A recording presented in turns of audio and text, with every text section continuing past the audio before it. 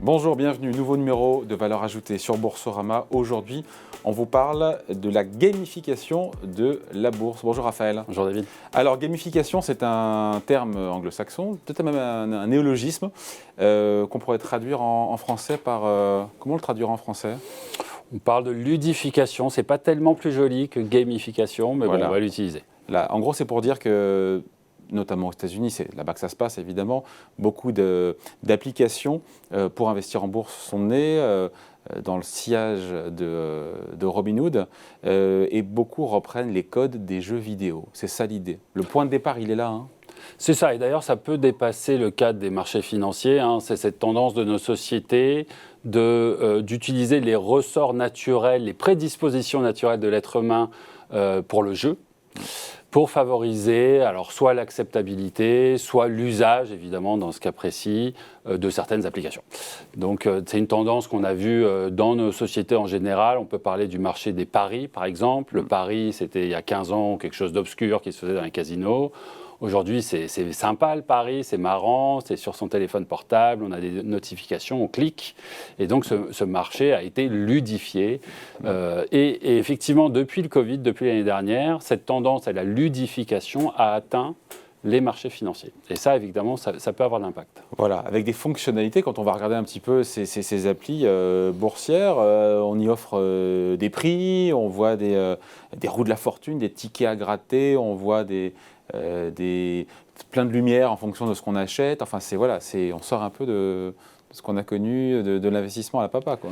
C'est plus l'investissement à la papa. Donc, effectivement, c'est arrivé début 2020 à travers cette application Robinhood. Avec des feux d'artifice, tout d'un coup, là, quand on passe un ordre, enfin, Ces notifications, des couleurs partout, des boutons, ça a l'air drôle.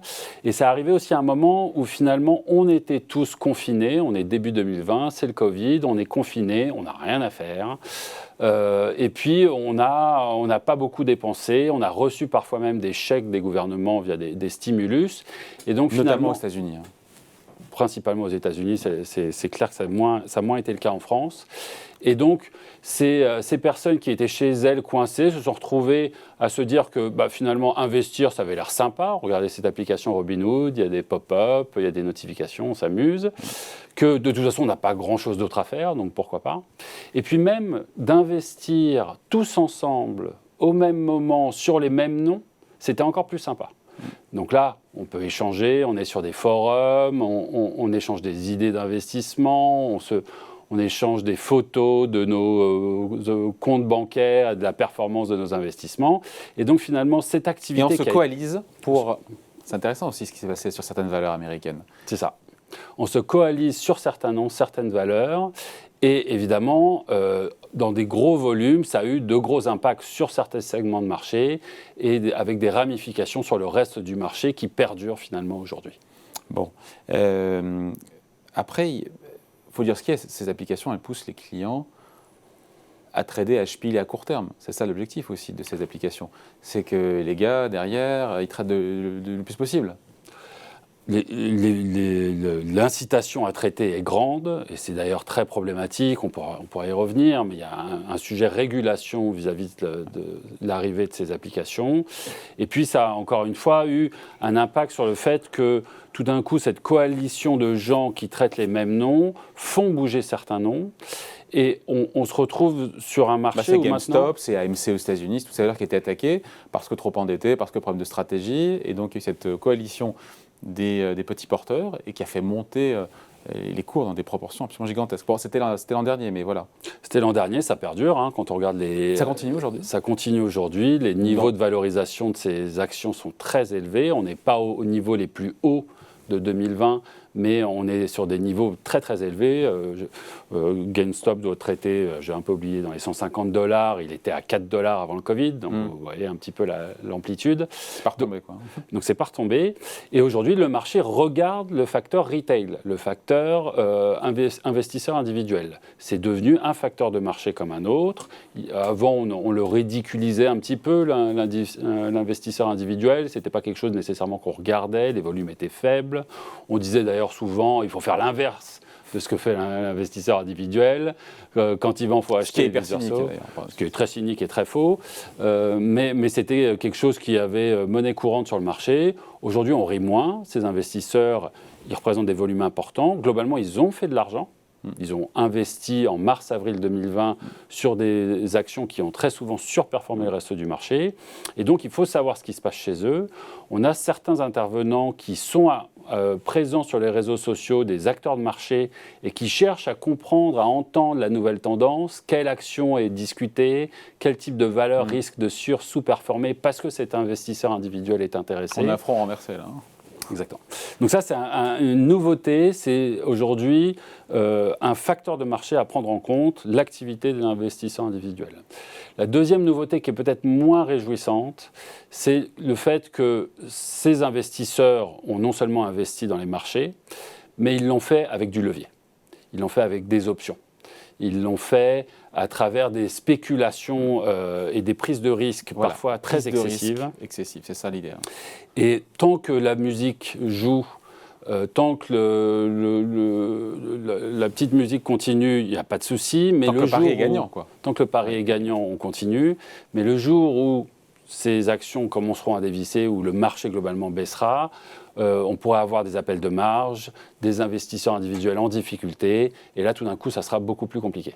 Donc deuxième facteur à monitorer, cette augmentation du niveau de levier et de dette dans le système. Donc une régulation est nécessaire, notamment parce qu'il y a peut-être une forme de conflit d'intérêts aussi chez Robinhood qui revend, enfin, je ne suis pas un expert, mais qui revend en fait les flux à des teneurs de marché, c'est ça Alors il y a ça, mais aussi cette idée que finalement, Robinhood, qu'est-ce qu'il cherche à faire? Il cherche à maximiser ses revenus, il cherche à maximiser votre temps passé sur l'application.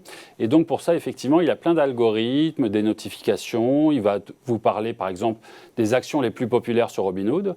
Est-ce que c'est une recommandation d'investissement, ça? Pas très sûr. Pourquoi il le fait? Il le fait pour des buts de maximisation de revenus. Donc là, est-ce qu'il y a un conflit d'intérêts? Ce n'est pas dans l'intérêt du client nécessairement, évidemment. Non. Pas nécessairement. Il va vous parler de répliquer le portefeuille de ce gérant star de la place. Est-ce que ça, c'est une recommandation d'investissement? Est-ce que c'est dans votre intérêt à vous, dans l'intérêt de Robinhood? Donc là, on a un vrai sujet pour les régulateurs. Comment réguler cette ludification du marché? C'est une première chose. Et puis la deuxième chose, c'est que finalement, tous ces forums, toutes ces applications qui sont des applications d'échange d'idées sur les réseaux sociaux, elles font face au même problème que Facebook, Twitter et d'autres réseaux, à savoir qu'on a des discours agressifs, on a des fake news, on a des bots, vous savez, ces robots qui sont là à déclencher des clics ou à lancer des rumeurs. On a même peut-être potentiellement des agents étrangers qui pourraient infiltrer ce type de forum, faire bouger les marchés, avoir des ambitions néfastes. Et là aussi, on doit être très attentif parce qu'on parle de l'épargne individuelle des gens. Sur Robinhood, le montant moyen des comptes détenus par les investisseurs est d'environ $250. Donc on parle de tout petits investisseurs. Et si évidemment on était amené avec l'épargne des gens à être manipulé par des robots ou des forces étrangères, on aurait effectivement un souci. On se dit qu'une telle dérive n'est pas a priori possible en Europe parce qu'on a une réglementation notamment qu'on appelle MiFID II qui contraint les intermédiaires, les institutions financières à s'assurer que le client comprend bien ce qu'il est en train de faire et la prise de risque. Donc on est immunisé en Europe. Immunisé, c'est un grand mot.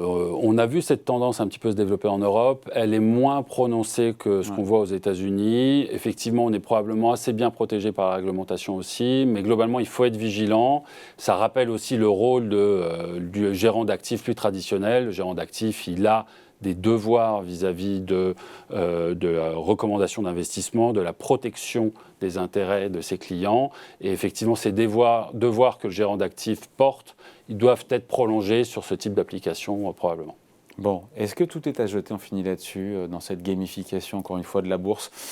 Est-ce que faire venir de nouvelles personnes qui ne connaissaient pas les marchés, c'est aussi peut-être quand même positif, sauf si c'est juste pour respiler sur 3 valeurs, hein? Effectivement, il y a plusieurs façons de le voir. Globalement, on se rend compte que ces investisseurs individuels qui n'étaient pas nécessairement très portés sur les marchés se sont énormément éduqués, s'intéressent au marché. Ouais. Et ça, c'est une bonne chose, de s'intéresser à la finance, à ce que fait son épargne. Globalement aussi, on peut constater qu'ils ont fait beaucoup d'argent. GameStop, Tesla, AMC, même Bitcoin, qui sont des valeurs qui sont peuplées par les investisseurs individuels, sont des valeurs qui ont beaucoup augmenté. Ouais. Donc c'est très bien de s'en réjouir. Les coûts de transaction ont baissé. Souvenez-vous que Robinhood, c'est 0 coût de transaction et ça explique en partie le succès. Donc, effectivement, il y a des facteurs positifs à cette tendance. Maintenant, encore une fois, cette hausse du levier est inquiétante. Ouais. L'utilisation excessive d'options doit être encadrée, ça c'est une certitude.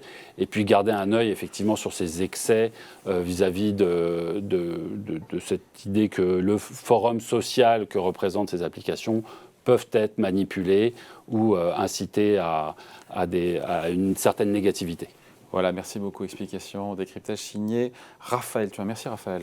Merci David. Valeur ajoutée revient dans une semaine ici sur Boursorama.